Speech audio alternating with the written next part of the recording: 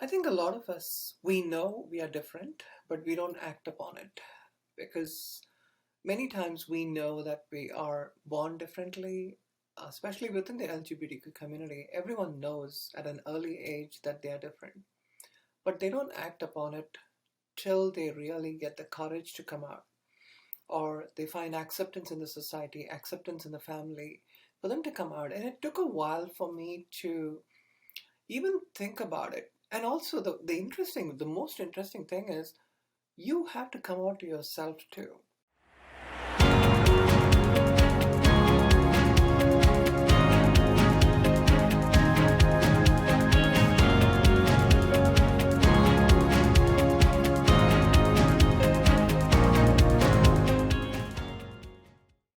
We've been working really hard to represent all communities on Truth According to.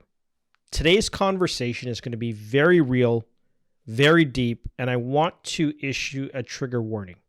We're going to be talking about some very deep topics relating to things such as suicide and the struggle one goes through.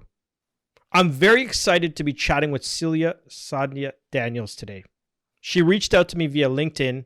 We had an amazing chat, and hearing part of her story really hit home for me. Celia has been a community activist and a vocal voice for transgender variant and intersex inclusion in the workplace. Here to share her lived experience, welcome to the show, Celia. How's it going today?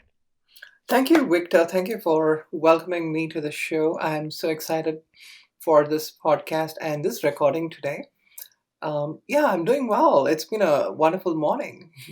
Great. And you're in LA, so we've got a bit of a time difference. And how's the weather out there today? Oh, the weather is gorgeous. It's blue sky, and I live close to the beach, so it's amazing weather. It's always very pleasant, and I'm really blessed to be in Southern California. That's amazing. I'm a little bit jealous, I have to be honest. I'm a travel junkie, and due to COVID and some other challenges, I've not been able to travel, so I can't wait to get to a beautiful beach and some warm weather, because here in Toronto, it's starting to get to around the 0 mark, meaning that I have to pull out my winter jacket, and that's never a great thing. So, but you Yeah. grew up in India, another very warm country, and I want to know, for you, what was it like growing up in India, and when did you realize you were a bit different?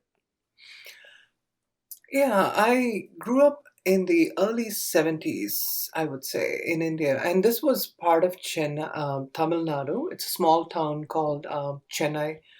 And I came out to my mom when I was 4 years old. I realized that I was different and I wanted to be a girl. And that's the only thing I could tell my mom. I wanted to be a girl, and my mom thought it was cute. So she dressed me up, and they took some pictures of me. I remember even much earlier than 4 years. I have those pictures with me. But around age 4 and 5, I realized that I was different. I started telling my mom, and I started wearing my mom's sari and running around, covering my head. My mom saw the social constructs created by the colonial British government in India, and she knew that it's not right for her son to come out as a trans because she knew there was something different about me. And at that point in time, around age 7, my mom told me that you cannot wear those clothes anymore. You cannot wear your cousin sister's clothes. You cannot wear my sari. You cannot run around. And that's the time gender hit me. I kind of felt like always gender was fluid, but there was a time when I felt like my gender wasn't doing justice to my anatomy. It was a little different at that point in time. And I felt a sort of shame at that point when mom said, "Oh, you cannot do this. You cannot do this." I had to go into a closet and started living my life as a closeted child with gender dysphoria. And so your mom was accepting, but at some point she says, "Okay, we've got to stop. Mhm. You need to now put this other part of you that, was able to be out for a bit to go back in." What was that like for you to have to put it back inside and not allow what we know today to be Celia to Mhm. come out? I think a lot of us, we know we are different, but we don't act upon it because many times we know that we are born differently, especially within the LGBTQ community. Everyone knows at an early age that they are different, but they don't act upon it till they really get the courage to come out, or they find acceptance in the society, acceptance in the family for them to come out. And it took a while for me to even think about it. And also, the most interesting thing is you have to come out to yourself too. And that was a part where I was in denial. I wasn't sure what was going on. I wanted to be a boy, but I was attracted to girls. I wasn't attracted to boys. But at the same time, there was a part of me that kept telling me that I want to be a girl. And I was so comfortable. I was so happy when I wore a skirt and I was dancing in my house when no one was around. I cannot explain that happiness. It was so real. It was so surreal.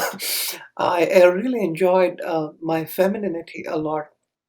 At the same time, I was also worried about being bullied in India.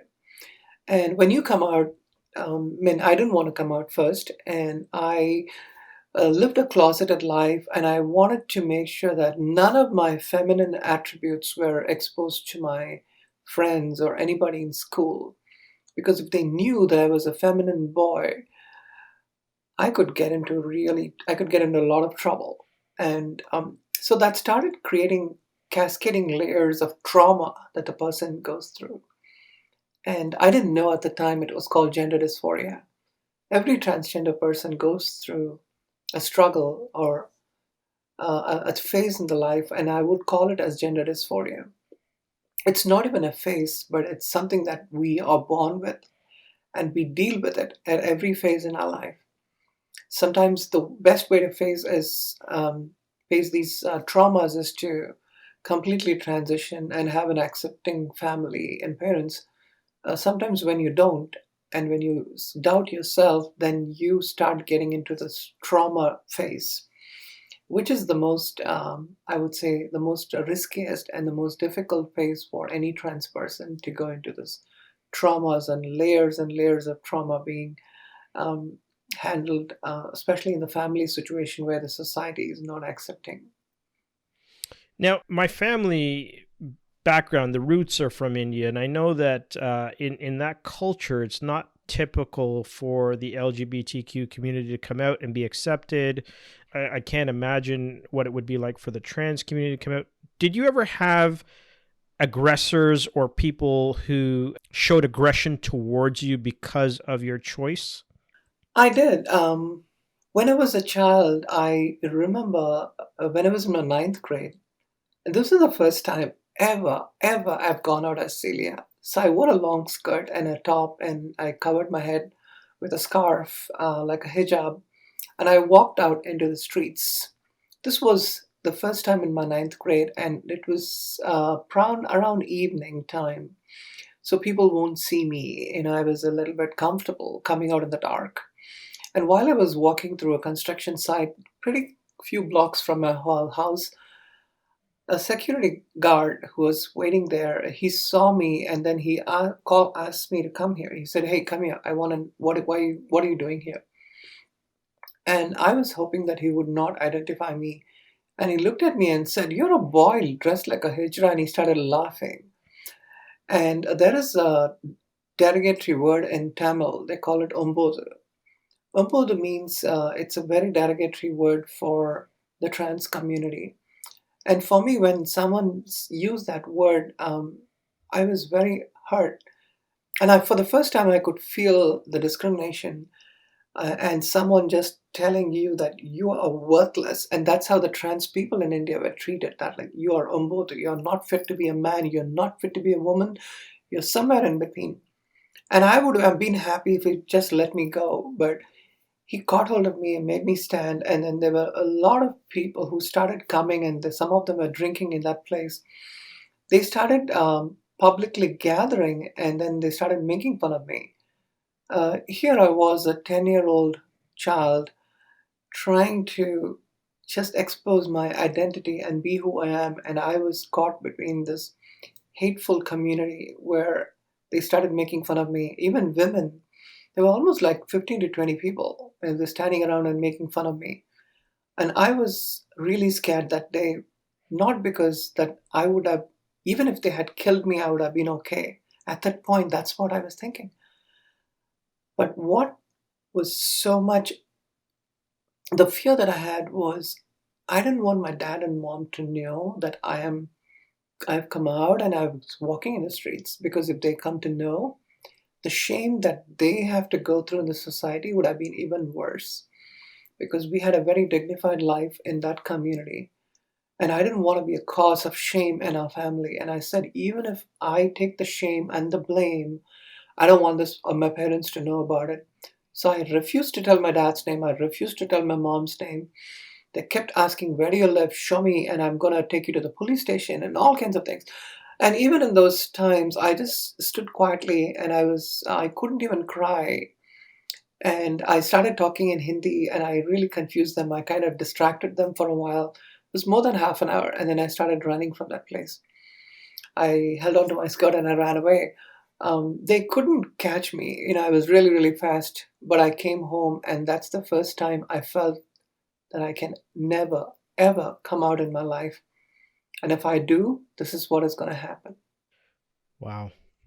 I can't imagine what that would have been, being so young, being almost bullied in a way of people surrounding you, and really trying to get to the bottom of who you are and where you're coming from, and the slights and the terror that you must have felt. And fast forward to today, I'm now learning about how horrific some of the trans murders are of that community. And I can't imagine what that community has to go through when people do just that, as they start to surround, and they're really uncomfortable with the difference.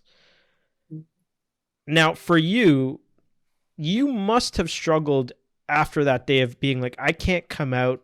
I've got to put her in. This was very traumatizing for me. What was it like with that internal dialogue, the struggle within you to find Celia and let her be free? That's a very good point. And this is the time when in my life when I felt like I had two choices. One is I could live in denial and pretend that this never happened to me and nothing is going to happen to me, that I am just making it up. I'm just trying to be someone whom I'm not. And I really believe that maybe this is just some kind of a fetish or fantasy world that I'm thinking about. Maybe I should not focus on it. So I started focusing on my studies, and every time I did, I always had a phase of, you can avoid being Celia for like 3 months and then it'll hit you again. And then I have to wear my skirt, and then I feel so guilty about it. And growing up in a Christian home, it was very difficult for me as well, because you were always taught about people like me were never accepted in Bible, and always I felt like I was going to hell. So the thought of going to hell was very disturbing and traumatizing, because I felt like no matter how I'm going to try to live my life, no matter how I'm trying to be a good person, I cannot be. So why not I just die? So I tried committing suicide, and there were a couple of times I've tried, committing suicide, and I was at a point in my life where I was afraid to live, and I was also afraid to die. And that was a time when I felt like when oxygen was just leaving my lungs, and I had a bag on my head, and I was struggling through the rope that I was tied with. I was feeling that, oh my God, I'm going to die. I don't want to die. And immediately I tried to untie myself, and I did all kinds of weird things to end my life. And I didn't want to fight, to stop ending my life too. And that's how I lived. And now when I think about all the children who are going through gender dysphoria, I know the pain they're going through. I know when 44 people got killed, murdered last year, and 41 this year because they're trans. And when you live in this type of a situation. This is not a lifestyle choice. This is a life. And people don't understand. And that's what I started telling to myself that, okay, I'm not going to come out and I'm just going to live in denial. I'm going to live in denial. And I felt this so real and I didn't know how to avoid it. And I just I just kept postponing it. And every time I would postpone, it'll always cascade into a point where sometimes I'll purge my clothes. I will try avoiding, I'll try praying, I'll try meditation. I've tried everything in my life. I've studied yoga for 3 years and I know how those things work. And I was so much into praying and asking God to heal me that I was born this way. I want to be healed. I want to be a boy. I don't want to be a girl. And none of them happened. None of that happened. I even went to a point where I felt like, okay, I'm going to get married. And since I was attracted to women, I said, I'm going to get married. And I married this beautiful girl in Chennai. And I didn't want to even tell her that I'm different because I knew that I could overcome it. I knew that if I get married, it will go away. And I thought at that point in time that this is gender dysphoria, it's going to go away because she is taking away my femininity. But unfortunately, that it doesn't work that way. So I lived in denial for many years, and I married this beautiful woman. And then my corporate life started kicking in. I was really, really successful in my corporate life. I was invited to New York. I was working at Dun& Bradstreet at the time, and professionally I was doing well, but personally I was dying inside. Wow. You were dying inside. And I have to apologize because I said earlier choice, and you mentioned that this is not a choice, it's a life. Can you share with me and some of our audience who might look at it as being a choice and help them to understand what you mean by it being a life? So I'm a science person, and I worked in human genome projects in Indian Institute of Science, and also today I'm working for biopharmaceuticals that actually develop medicines. I wanted to know, and this was an interesting phase in my life where I wanted to understand why would a man, that is me, I'm just referring to myself. I know it might be triggering for a lot of you as to why am I misgendering myself, but this is where I started my journey.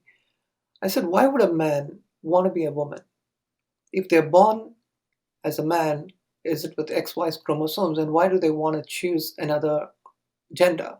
And what enables them to do it? Why would that really happen? And that was my quest because I wanted to understand why am I doing this? I started reading articles in journals and I started educating myself. I read articles from John Hopkins, from Stanford, from all over the world. And the more and more I read about it, the more and more my eyes started opening as to the 23 pairs of chromosomes that define a human body, a human being. 7.8 billion people on this planet, and yet every one is different. And there are people like intersex community, they're born with both anatomies. And I did not understand as to why would human beings be so uneducated about trans community. And I knew there was something in my life that kept telling me constantly that you're different, you're different, you're different all the time. I mean, this is like all the time. I'll walk into the store and I look at, even if I'm buying something in Target, my mind quickly goes to the makeup rack. I avoid and I go to Macy's, my mind goes to the dresses that I see there. I avoid all that and then I watch a TV show and then I see a person in the TV show and that I like the dress she's wearing and I sometimes wish that I was her. And if you're going through this, and this is gender dysphoria, you're going through something that you're not because you're identifying in a gender that you're not born with. So when I was Daniel, I was trying to identify or pretend to be in that male mode because, and though I was my preferred or the authentic gender Celia, I was trying to be Daniel, which I found it was so hard. And when I was Celia, I didn't have to pretend. Everything was so simple. And it was easy. I didn't have to pretend. I didn't have to do anything. All I had to just be is myself. And sometimes people don't understand how easy it is for us to be in a gender that we identify with. And it also reduces the gender dysphoria. It reduces gender dysmorphia. And it also helps you to identify and live your life in the gender that you choose. That is the authentic gender. So the reason I say this is not a lifestyle choice is the scientists have done a lot of research in this area, and they found that this is 1 out of 200 men are like this. There are 1.4 million people in the planet today, and almost like 147, I think, intersex community individuals across the world. There are a lot of them. The intersex community folks are as equivalent as having a person with a red hair, and it was so common. But the government or science was unveiling a lot of things which people had politically suppressed. And even in India, when gender was an open thing, and for 7,000 years, most of the mythology in Hindu mythology, if you look at it, gender fluidity was very common in Indian culture. Even in the Native American culture, you have almost like 5 genders. In any culture, you always have not just male and female, but it's a spectrum. Gender is a spectrum. There are people who identify within that spectrum. And the human beings are so susceptible to male and female because of the reproductive nature of their anatomy. They only think about reproduction, they don't think about people who cannot reproduce, who are probably in that spectrum, who don't even identify in the gender they're born. And that is where a person, when they call themselves as transgender, it's because you don't identify in the gender you're born, and that's being transgender. And it can be a spectrum too, a whole gender fluidity, gender variant, gender queer. A lot of people in the gender variant community.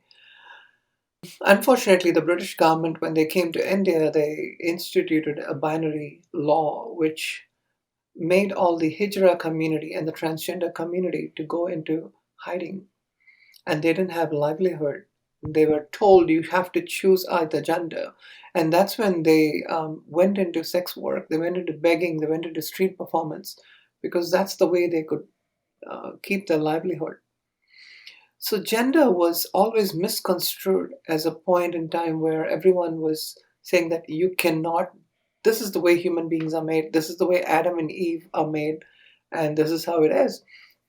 But there are a lot of people, even in Bible, when I started reading about it a lot, I found that even Jesus talks about people who are eunuchs.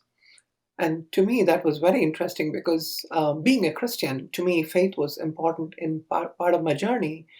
And I found that there are lots of eunuchs, even the Ethiopian eunuch was accepted in those days. And there were a lot of characters who were probably even intersex in the Bible. And they were not mentioned, probably they were called as he, because that's the only pronouns they used at that point. So when I started looking at science, when I started looking at any of the mythology, when I started looking at ancient history, this was very fluid. It was a part of our culture. But when we start politicizing it, when we start pulling policies, when we start creating laws and taking the human part of it outside any laws and policies, then that becomes a conflict of interest, even for people like me. I cannot have my license which says male or female because I don't identify in either. And I was so happy when California came up with a gender non-binary, and I immediately ran and I said, I want gender non-binary. And there are a lot of people like me across the world today who know and who identify, and sometimes they don't even want to come out of the closet because they will not be accepted. Even in India, there are almost more than 9 million people like me who are struggling, and they are not even registered as the Hijra community in the census today in 2020 census. Close to 500,000 of them have registered as transgender, but there are a lot of them who have not come out. What about female to male trans? What about gender fluid people? What about gender queer? There are a lot of folks who have not come out because the policies in India, the policies in any of the countries, even in America, they are not made for people who are gender variant. And that's why now the government is all changing these policies. They're trying to have gender neutral bathrooms, gender neutral pronouns, and gender neutral workplace because they want to encourage people and they want to bring in more gender identity folks who are struggling with those gender identities so that we can have an inclusive workplace. But I've always felt like I can go even deeper into the science and the anatomy of why a person is trans. And I have some, I do a science class on that too, about why and how the testosterone levels are low and how the estrogen levels are low in women, and sometimes the receptors are low, and there are lots of reasons why women feel like they are men and the men feel like they want to be a woman. So there are, and some people identify in the whole spectrum. But it is an interesting area which opened my eyes, and it helped me to see that it's such a simple thing. Why are we complicating it? Why are we making it such a big issue? Why is it a political issue? Why are LGBTQ folks being mistreated in the politics, mistreated in the schools, mistreated in the community, mistreated in healthcare, discriminated in the workplace? Because it's not a lifestyle choice. We are born this way. And every person who is different, they know at an early age. And they don't act upon it because they try to discover who they are all the time, even during puberty, during adulthood. They start to realize. I've known a person who came out when they were 90 years old, 90, because all their lives they were, 9-0. Wow. yeah. And this is the oldest trans person who came out at that age because they realized that I was discovering myself and now I'm out. So a lot of folks who came out, and it's not a fad. Also, what people think is, oh, everybody's coming out and they're saying I'm gender non-binary. No, it's not. It's the community's accepted more. People are more educated now, and that's why if I come out today, and if I walk into Walmart today, I can walk into Walmart or any of these places as Celia, and I don't have a problem. But 20 years back, when I walked into a grocery store in Pennsylvania, people looked at me like, "Why are you here?" And when I walked out of the parking lot, when I walked in the parking lot, people called me faggot. Now, you have a difference as how they're educated. Now they know that it's wrong to use those terms, and people like me are transgender. But at the time, they just said, "You're a man pretending to be a woman, and you're a man pretending to be a woman, and you cannot enter our bathroom."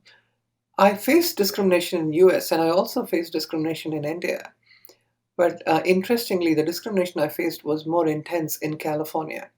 And everybody would say, "Wow, are you kidding me?" Yeah, actually, yeah. Because sometimes you realize that the state is so open and there are people who are accepting, but you come into these pockets of the world where people are so aggressive and they are so hateful that in my own community, when I came out in 2015 in the newspaper, I came out in the local newspaper, the first thing that they said was, "You're a man in a dress who needs medical help." And that was so offensive. And I read that and I was so heartbroken as to this is California, this is my county, and I'm trying to be honest about who I am and why are people so aggressive about it? Why are they not accepting? So that is the constant education that we need to do. And I started doing even more advocacy, not just for me, but also minorities like myself and intersectionalities as well, like people of color, trans women who are black, trans women who are Latinos, trans women who are from the Asian community. So I started standing up for people who are different. And to me, I always looked at it as, if you don't know who we are, why don't you educate yourself? And then you can hate me. But know me, understand me, and then you can hate me if you want. Because if you know me, you will not hate me. So that's how Wow. I like telling people that get to know us and humanize it. You don't politicize it. So that's the part. Humanize, don't politicize. I love that.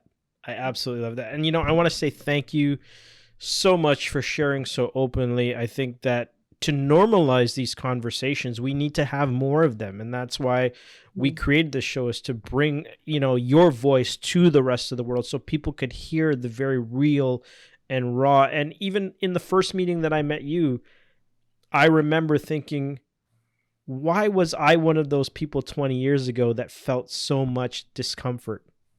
Mhm. when it's just a human being.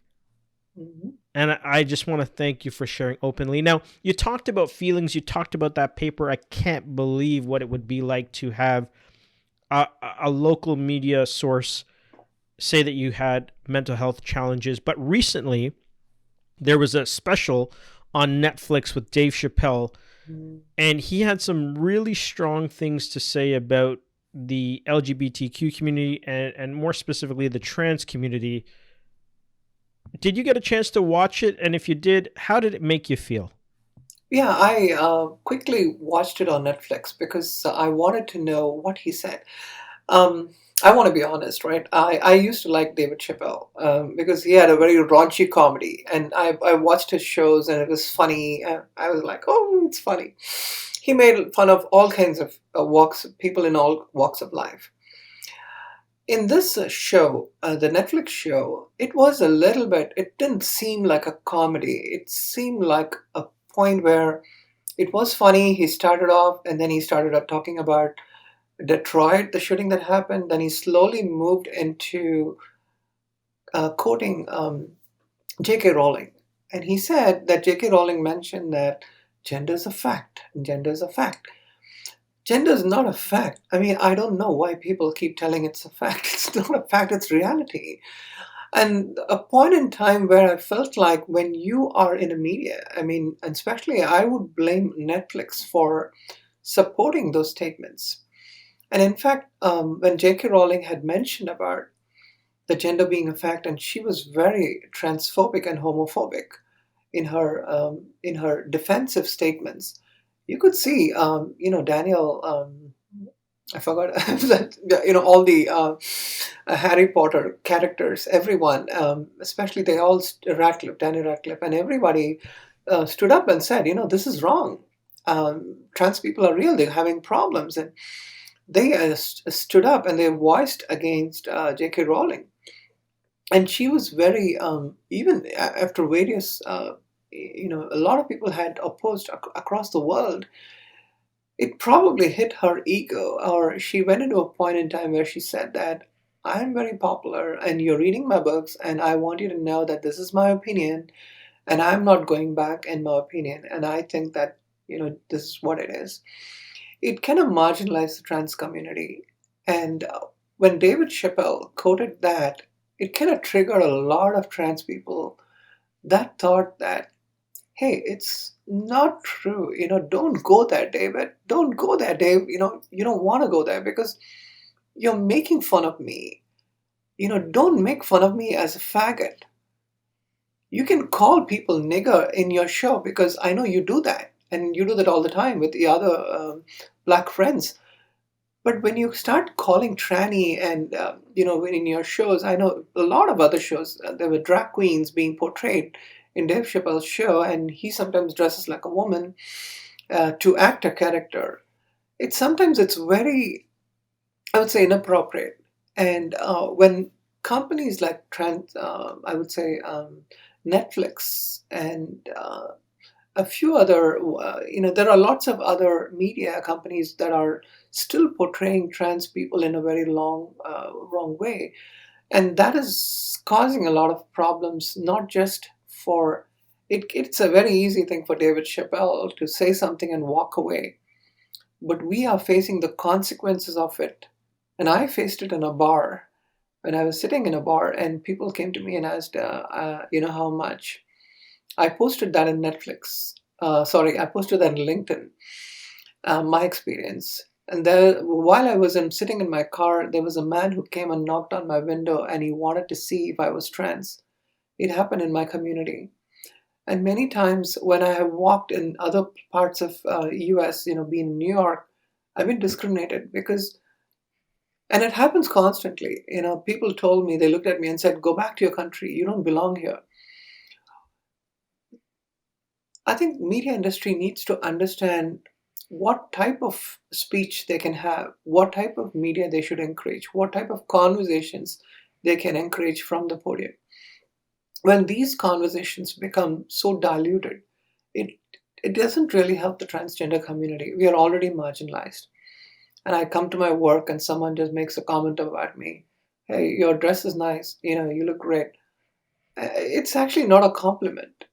It's very derogatory because they are trying to tell me that for you, being a man looking like a woman is great. You look great for as a trans person. It's definitely not a compliment, and that's what the media is portraying today. They're not portraying trans community in the right way, and folks like David Chappelle or J.K. Rowling are not the people who are doing justice to this. And even Caitlyn Jenner, when she responded to that, being a trans person, you can be a white privileged trans woman living in Malibu, but you don't represent me. You don't represent my day to day life. You're living in a beautiful mansion in Malibu and you're giving a lot of money to the community, and you keep telling, yeah, trans people sometimes they can be that way.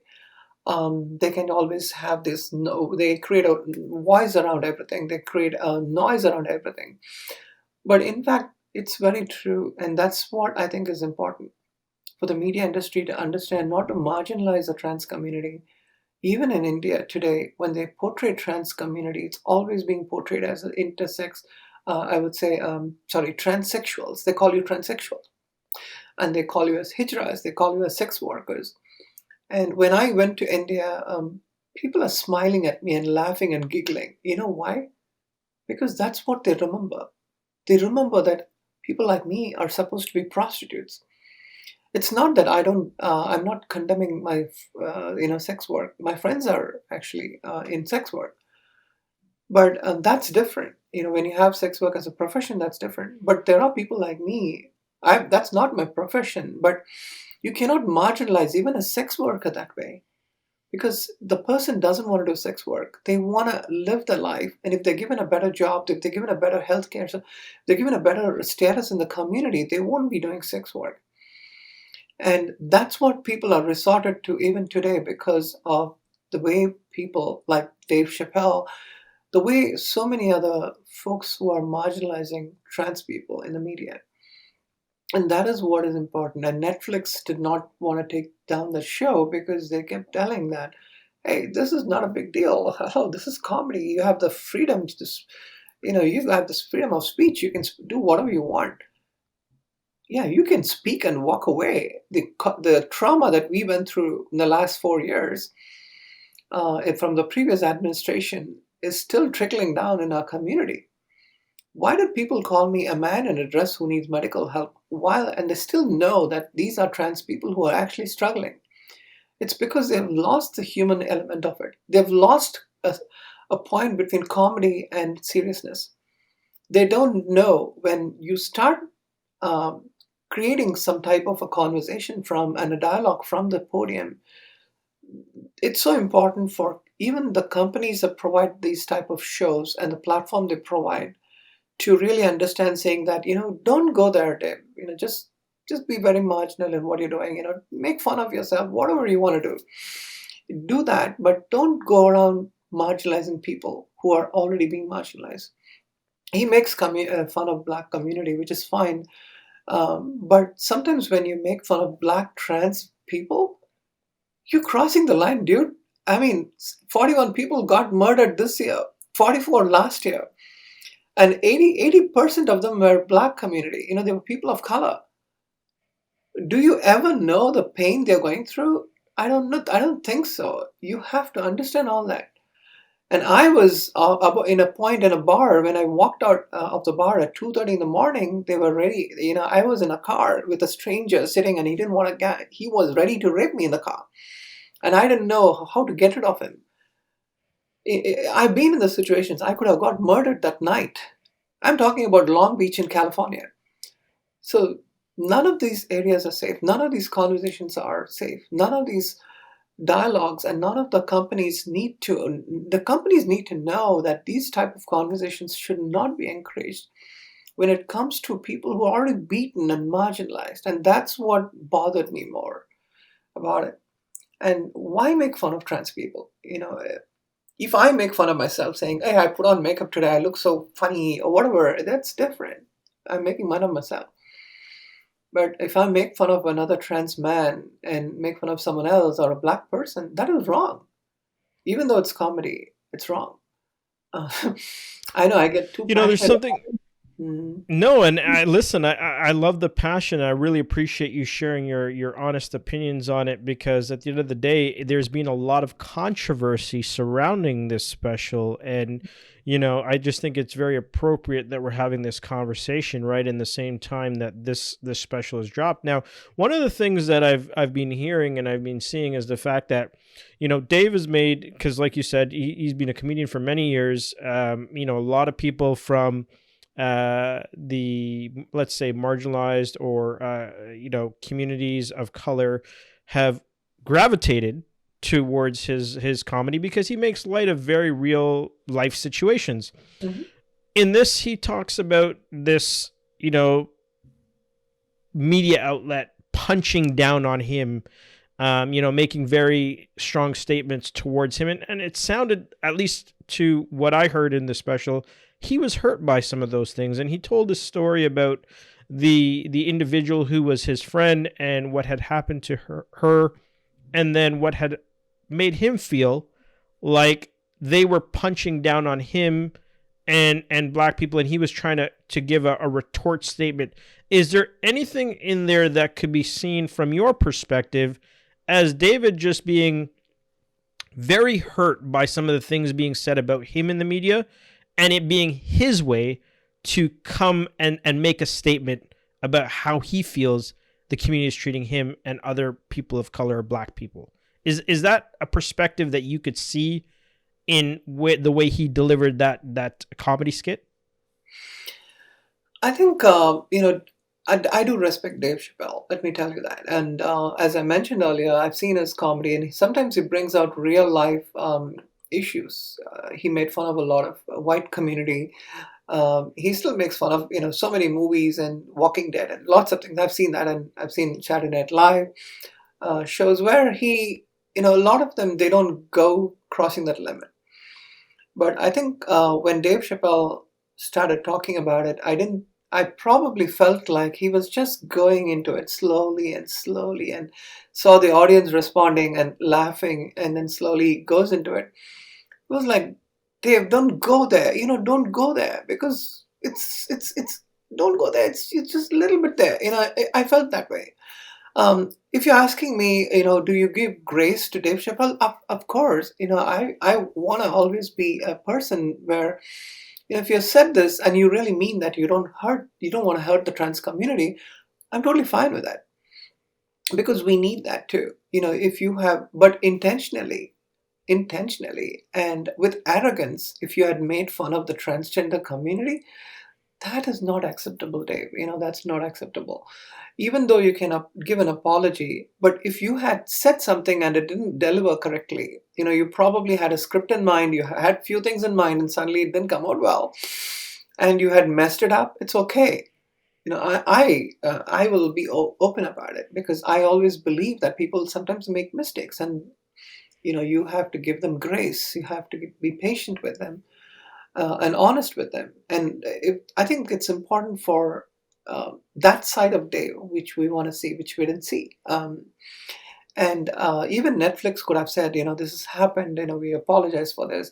And they later did it because their own trans employees started fighting for it. They all, started revolting, and they started saying that, hey, this is not right for our company to have these stories here.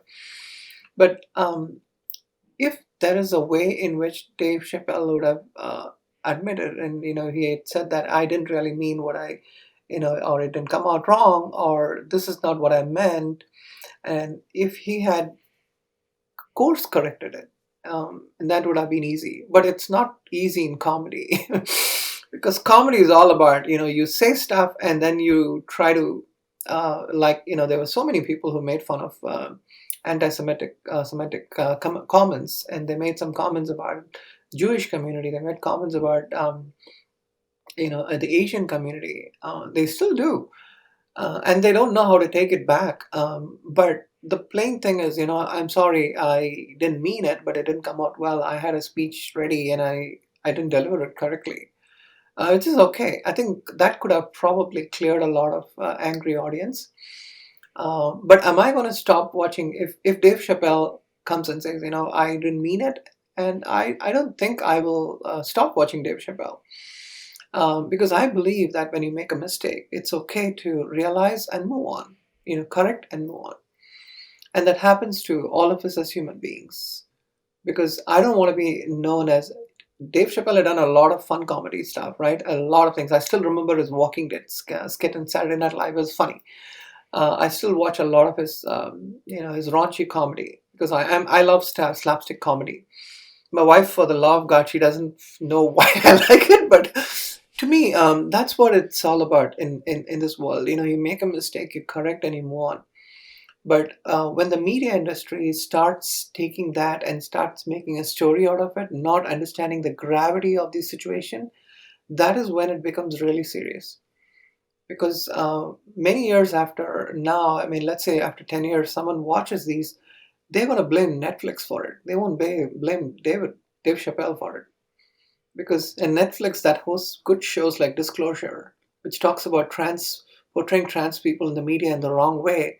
You have Lemon Cox, who had actually, and so many other beautiful artists had spoken about it on Netflix.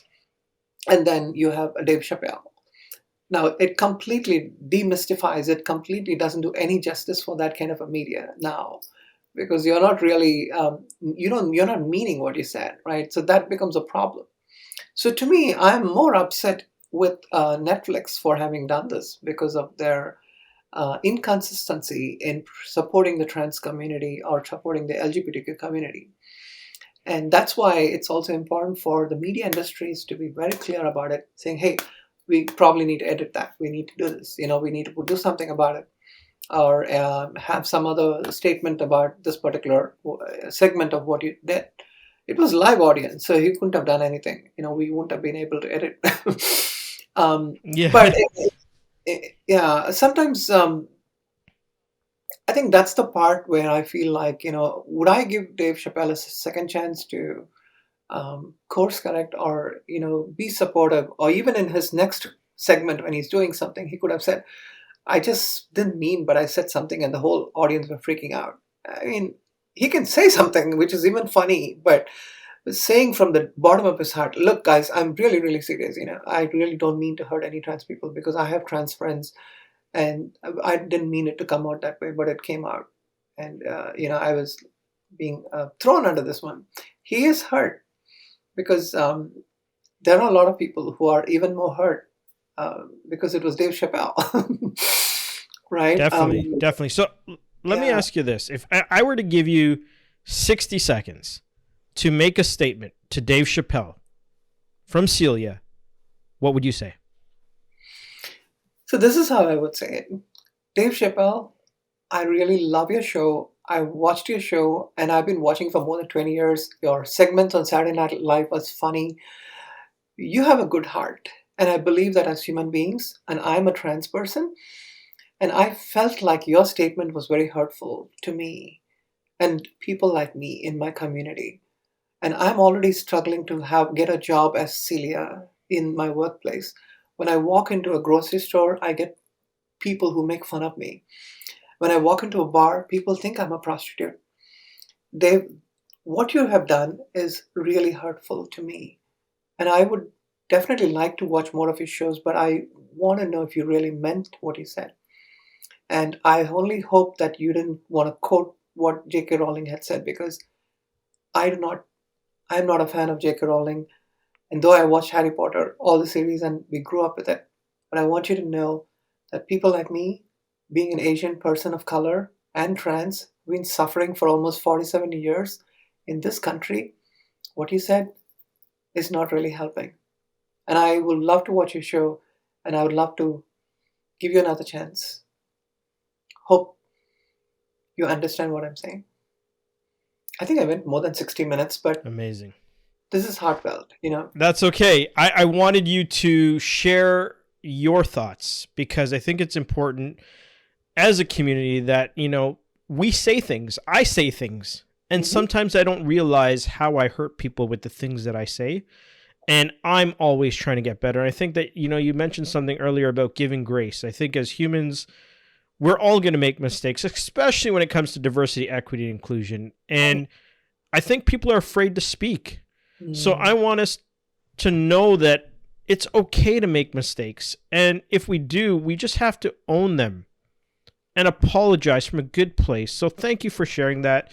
Now, I want to move to resiliency because, we talked about a lot of trauma, but, as a humans, we are resilient people. So if you could offer a piece of advice to someone struggling to fit in within their corporate culture, what would that be? That's a great point, Victor. I'm glad we brought that up. Um, to me, I wanted all of us to remember this phrase. If you want to make a true change in your organization, start from the bathroom and go all the way to the boardroom. It's so important. Why Celia talking about bathroom? Because that's where our basic civil rights are being marginalized or being questioned. In some states, trans people are not allowed to use a bathroom in the gender they prefer because they are not welcome there. That the policies are written in such a way. And it's so important for us to be resilient about who we are and supportive to our siblings and our legacy that we want to leave behind. Because to me, I love doing podcasts. Let me be really honest here. I love doing podcasts. I love doing panel discussions. I love being in the limelight. And I've done a lot of keynotes and even sung songs um, about transphobia and homophobia. But if I don't really go down to the fragment or the wire of the company and change the way they are treating trans or gender non-binary people today, if I don't do that, I'm going to be invited every year for these podcasts and panel discussions, and people are going to clap their hands and they're going to walk away. And that's why it's important for me to make these changes.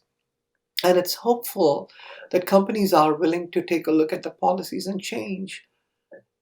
Government is changing the policies to accept more trans and gender non-binary folks.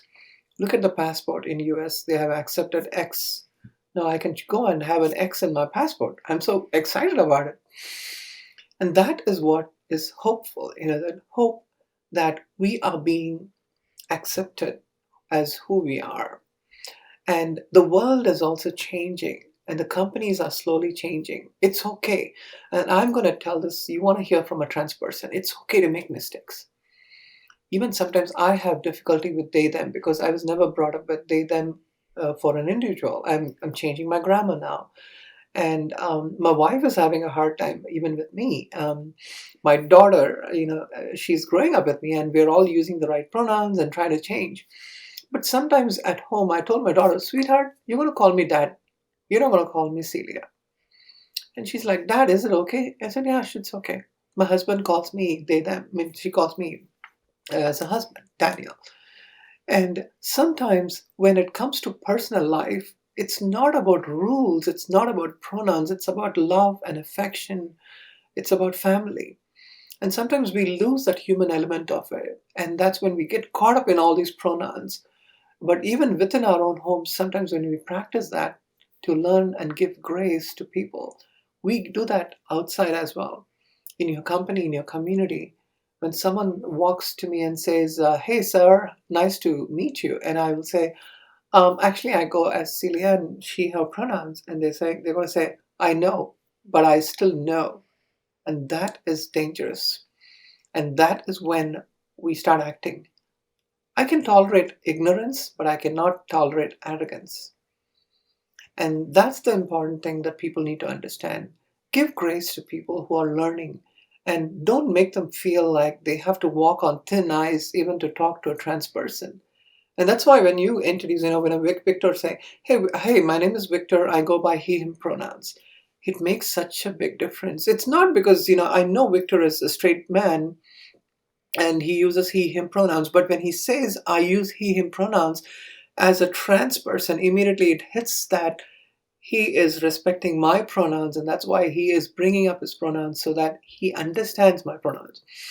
And then I will say, that's the way to start a conversation with a trans person.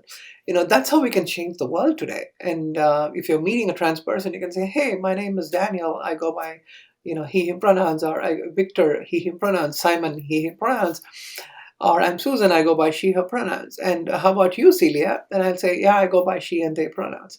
Now I know I'm in a very accepting environment and I don't have to worry about it and they don't have to worry about it. We can have an honest conversation. But I think it's so important for people in both sides. Even the trans community has to give more grace when it comes to allies who are learning and trying to be helpful. So it's more important for us to remember the phrase that change in any company and in the diversity space starts from the bathroom all the way to the boardroom. And when we have people of different intersections right in the boardroom, not just white people in the boardroom, not just brown people in the boardroom, not just full of black people in the boardroom, it should be a diverse community. I know that a lot of times when I say this, people are like, "How dare you say that?" Oh yeah, I will say that because I was working in a company that was completely brown, and the people in my board were completely brown men, and I had a problem with that.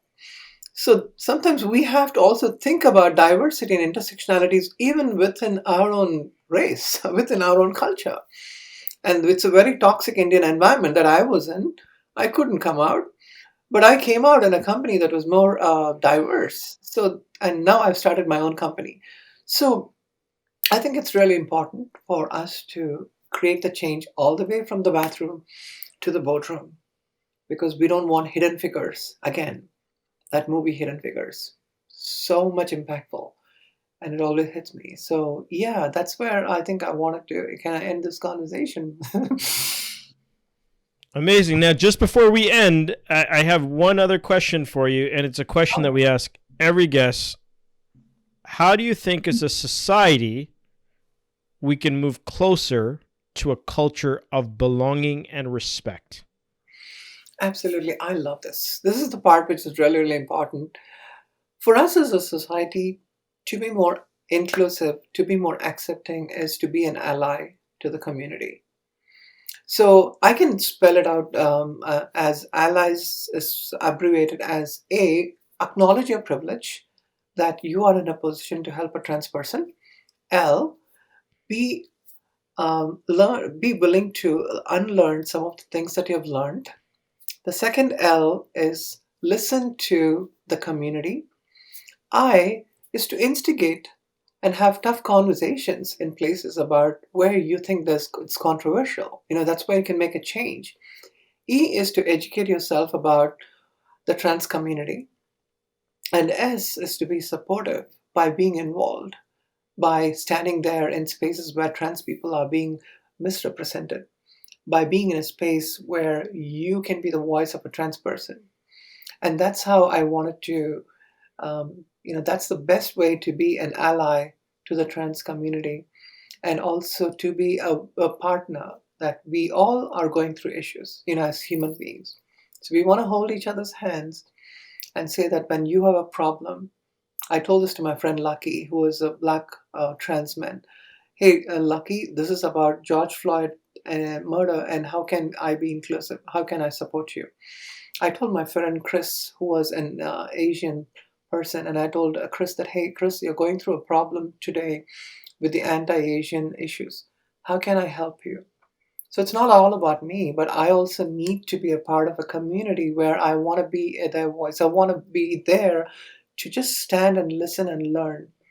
And that's how the world can be a better place for us to be allies to each other and be supportive. And most importantly, have that grace and patience when people are genuinely making mistakes, and they are honest about it and they want to genuinely change. So yeah, that's the last thing I wanted to mention. That's amazing. And where can people find you I'm if they wanted to connect with you?